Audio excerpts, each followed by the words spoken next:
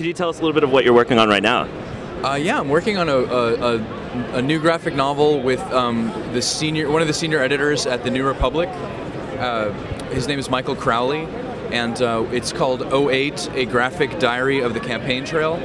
And it's sort of like, it's a nonfiction story of the election that we're in the middle of, and it's doing sort of a fear and loathing on the campaign trail for this election. And it will be out, it's published by Crown Books in paperback. It'll be out in January 9th of 2009, just for Inauguration Day.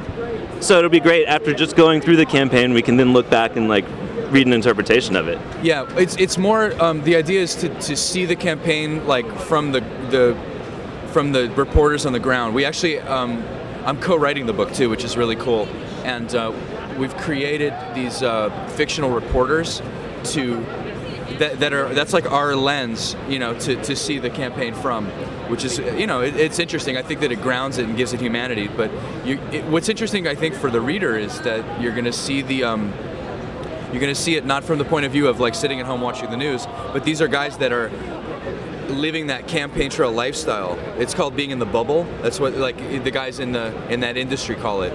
And where it's kind of like convention time for us, but nonstop for a year at least, where you're on the buses of the candidates and the helicopters and all that stuff, and you're living and breathing and blogging and, you know, driving around in rent-a-cars full of McDonald's wrappers, you know. So that's the point of view that we see the entire campaign on, which I think is very interesting.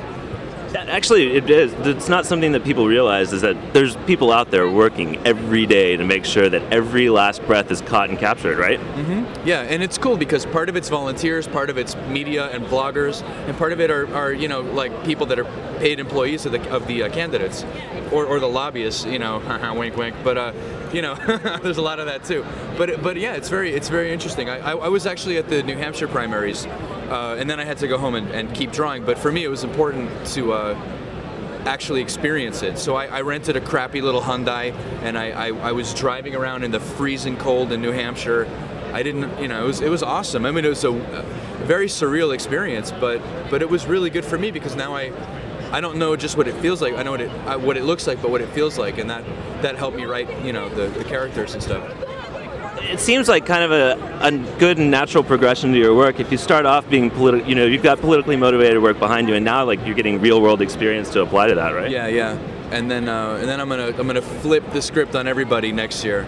So you just stay tuned. Great, we're looking forward to it. Thanks for your time, Dan. Hey, appreciate it.